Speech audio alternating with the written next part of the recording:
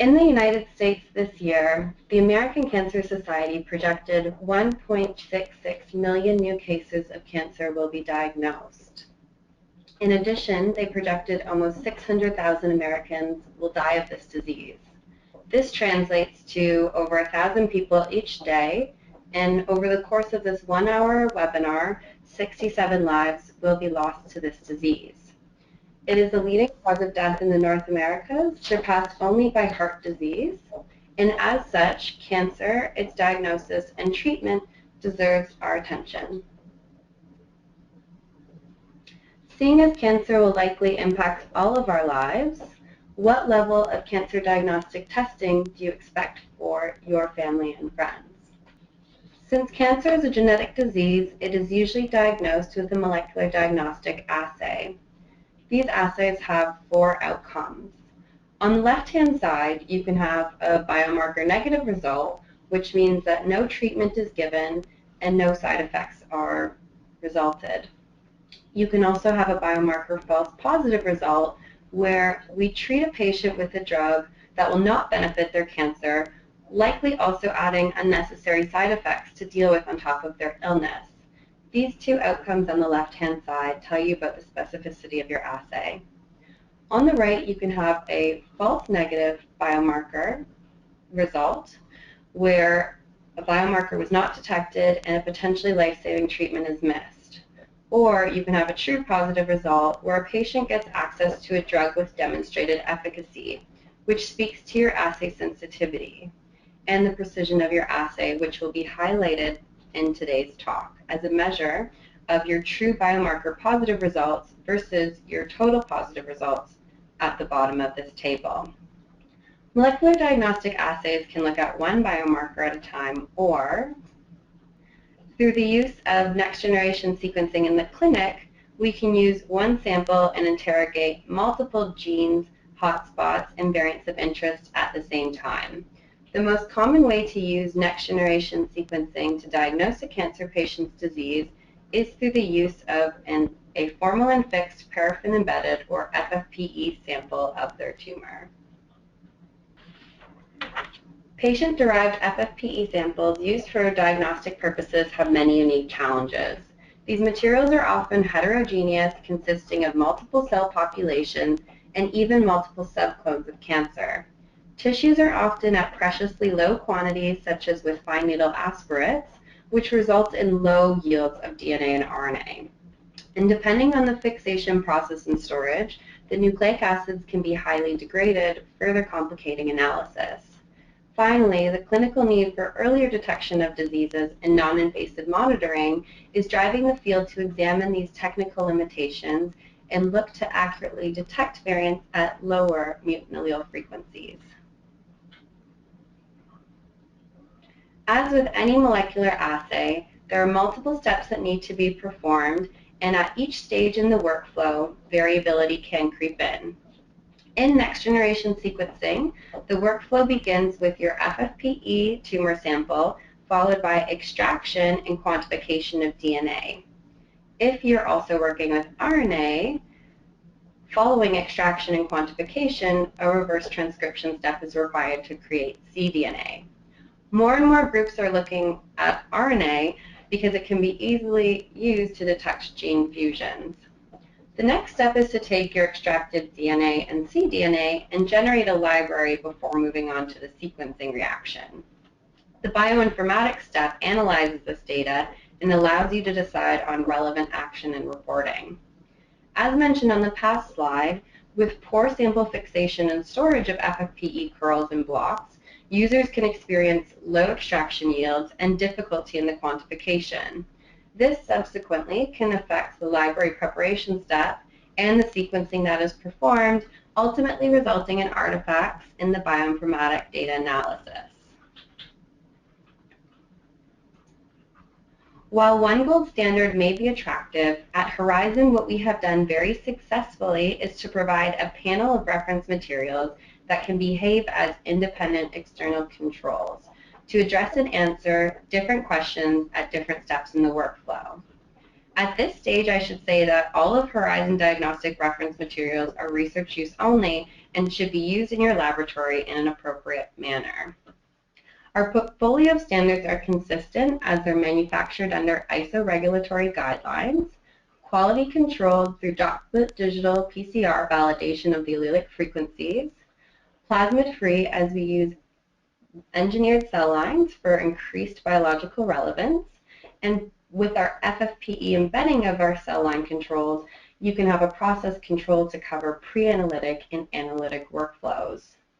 In the table here, in the first column, we can see our Quantitative Multiplex Reference Standard, or QMRS.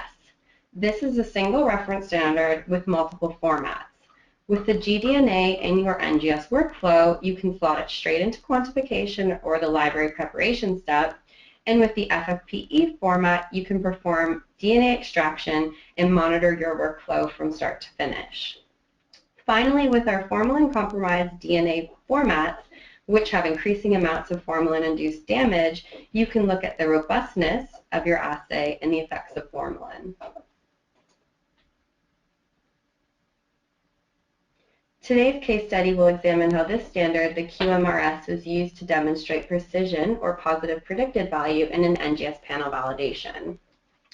Many clinical labs are now looking to bring next-generation sequencing into their test offering and looking for a solution to optimize and validate this new workflow. Perhaps that's why you joined our webinar today. To date, prominent professional organizations in the space have put forth recommendations such as the Association of Molecular Pathology, the American College of Medical Genetics and Genomics, and the College of American Pathologists, or AMP, ACMG, and CAP.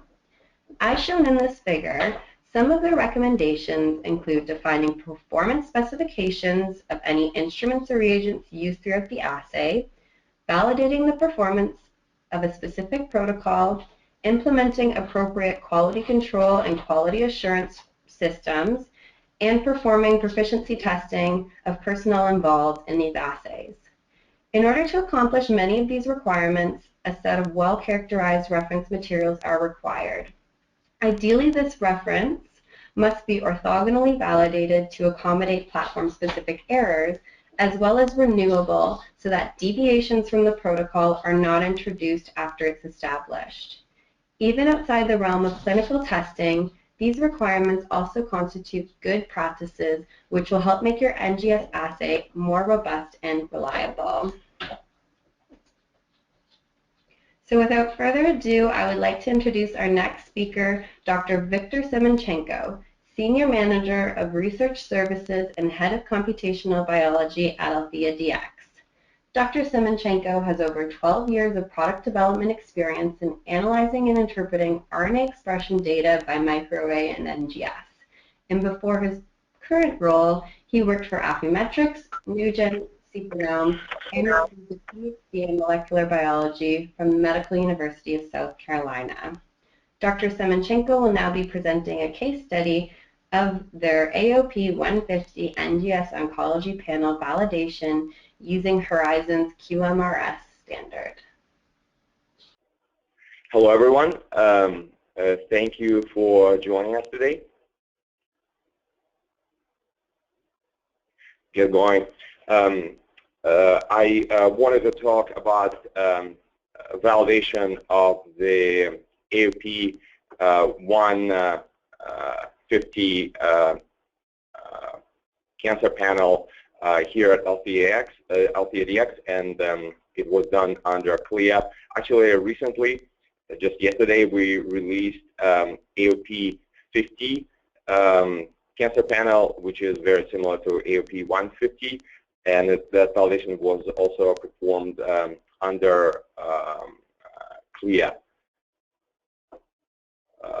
AOP 150 is based on Thermo Fisher Oncomine comprehensive assay, and is designed to detect variants that are relevant in colon cancer, lung cancer, melanoma, and other solid cancer.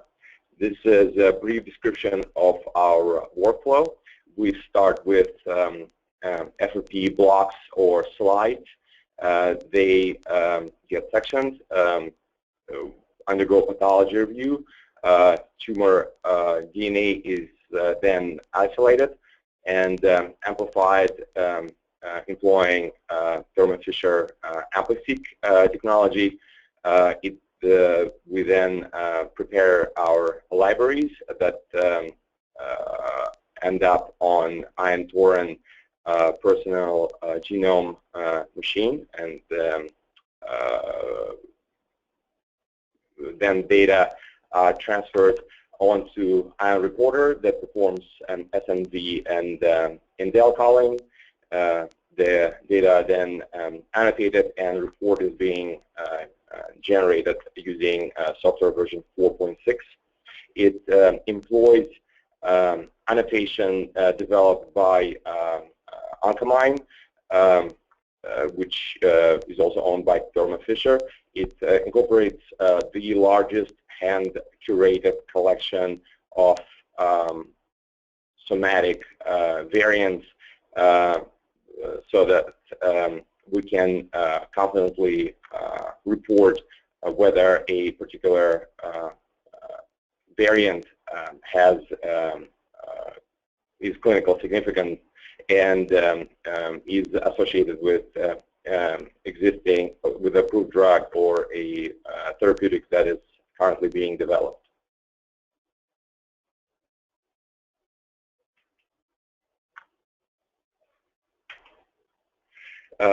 This is a brief list of genes that we are interrogating in our AOP 150 panel. It is comprised of 2 pools of amplicons, about 1,250 pairs of primers in each of those amplicons.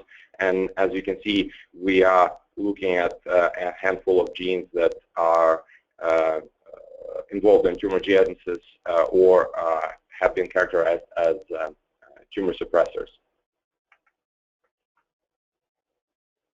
One of the greatest challenges in performing a CLIA validation of a NGS assay is procurement of FFPE samples with orthogonally validated somatic variants.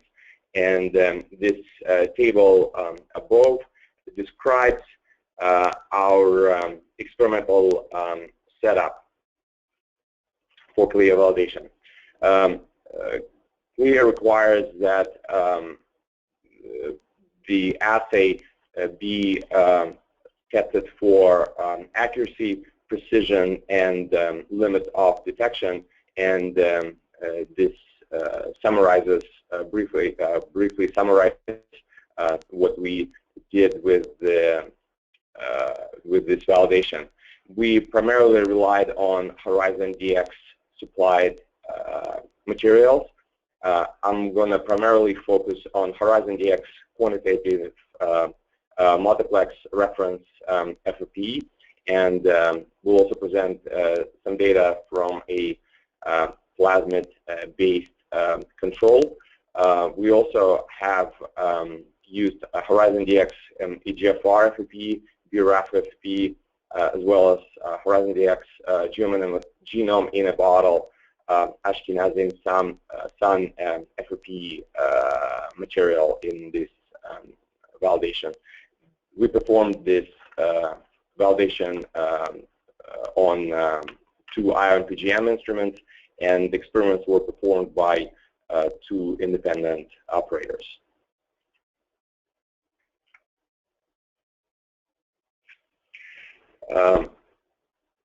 Quantitative multiplex FFPE Reference Standards is built using 8 engineered mutant cell lines mixed to generate this multiplex sample. They undergo FFPE-like treatment to emulate clinical specimens. Actual variants were confirmed by Sanger, and allelic frequencies were verified by digital droplet PCR.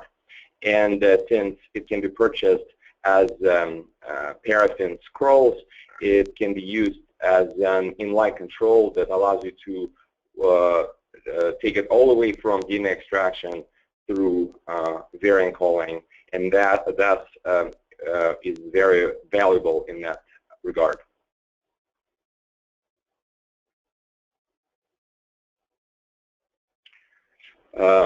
This is a list of variants that are present in Horizon QMRS that are interrogating by our panel. You can see that it spans quite a range of allelic frequencies and includes both SNPs and deletions.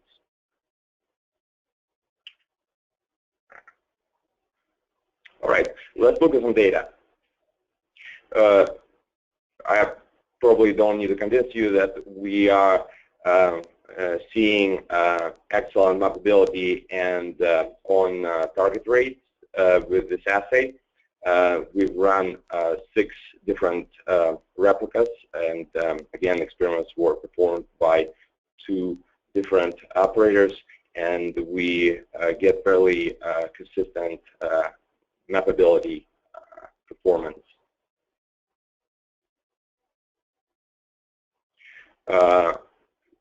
Coverage metrics also pointed out to very consistent uniformity. We are getting median and mean coverage well above 500, which is the minimum spec for the assay, and the data also have uniformity of greater than 90%, which means that 90% of bases are covered at 0.2x of mean or greater. You're probably wondering whether QMRS2 did not perform as well as the rest of the replicas. I'm going to address it in the next few slides. If you are familiar with NGS workflow and the overall consistency of these assays, you're probably not going to be surprised to see that there is some variability to be expected from one run to another. So this graph describes the relationship between depth of coverage and the fraction of bases that are covered above a given percentage on the y-axis. As you can see, the vast majority of our content is 90% is covered to the depth of 600 or greater. This is the exact same data that have been normalized and presented in the form of so-called Lorentz plot. Lorentz plot presents cumulative fraction of targeted regions on the x-axis and cumulative fraction of covered bases in the targeted regions on the y-axis. If we live in a perfect world and we're able to develop a flawless assay, you would expect to see a 1-to-1 relationship between x and y, as shown by the dotted line.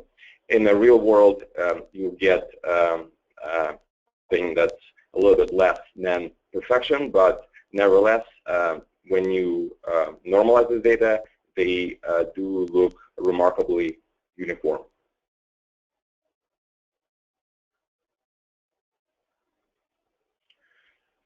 Okay, let me address our CLIA validation. Precision is one of the key elements of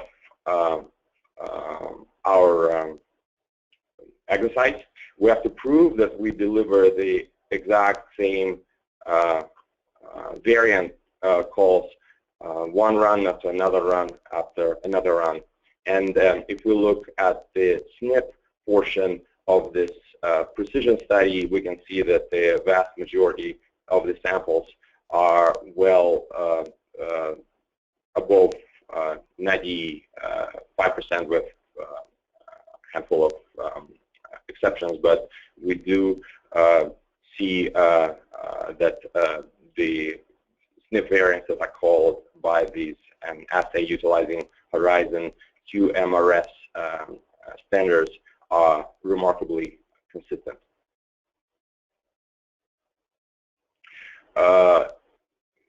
Calls of indel variants are a little bit more challenging, so you would expect to see lower pairwise concordances, but nevertheless, in the vast majority of our pairwise comparisons, we did see concordances of greater than 80%.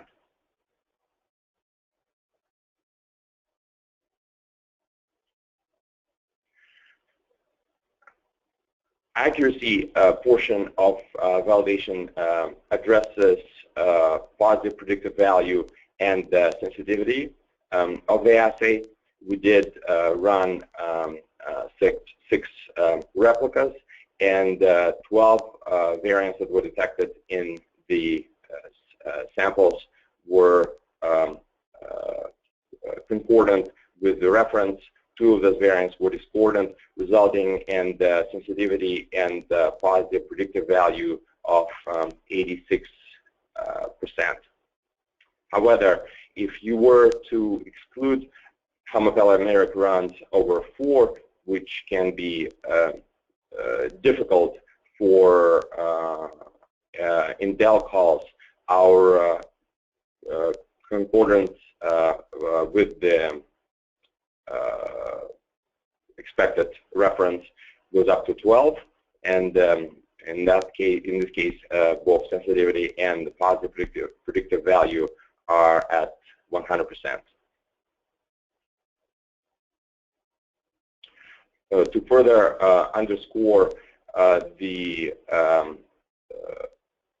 performance to further demonstrate the performance of the assay, I plotted the expected frequencies of the variants in the QMRS sample on the x-axis, and measured allelic frequencies on the y-axis. Each data point on the y-axis represents an average of 6 replicas, and the error bars correspond to ranges of observed values. As you can see, we are seeing R-squares of 0.97 and slope of 0.86 that demonstrate that we are detecting allelic variants at frequencies that would be expected in this control material. All right, we also utilize plasmid-based control, which is built using GM2435 genomic DNA background, and incorporates variants and synthetic regions that are interrogated by AOP 150. It includes about 384 SNPs and 23 indels. These variants are present in low and high range spikes. The low range is 5 to 15%, and the high range is 20 to 35%. We did run 10 replicas of this control, and experiments were performed by 2 operators. We have observed excellent concordance of these calls with Sanger in the SNP portion of the accuracy study.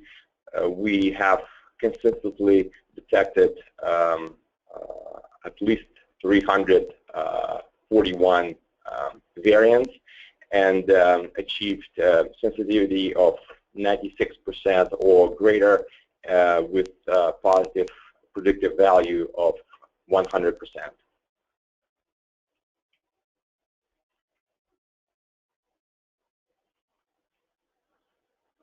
Indel calls are a little bit more challenging, as I've described earlier.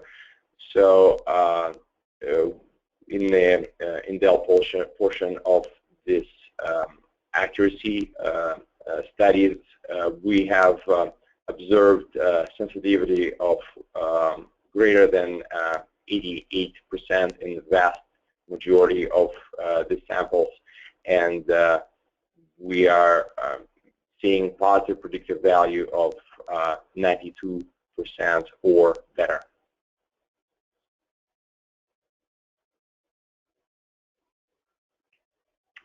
A few words regarding platform considerations.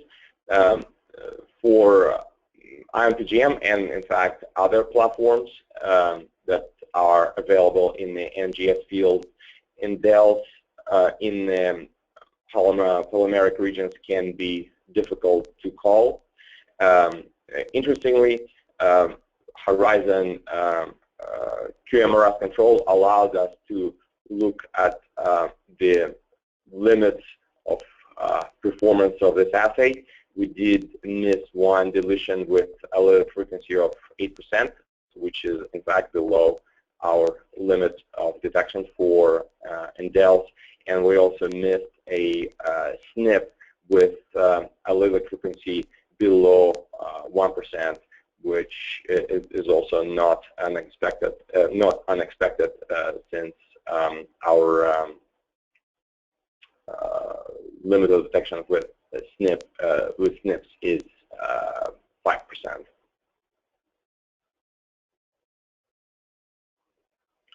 In conclusion, I'd like to emphasize that Horizon's quantitative multiplex reference standard is a very useful tool to monitor somatic variant calling by our AOP 150 assay, and can be configured to be used as an inline control that can monitor the performance of the assay all the way from DNA extraction from FFPE specimens to the variant calling.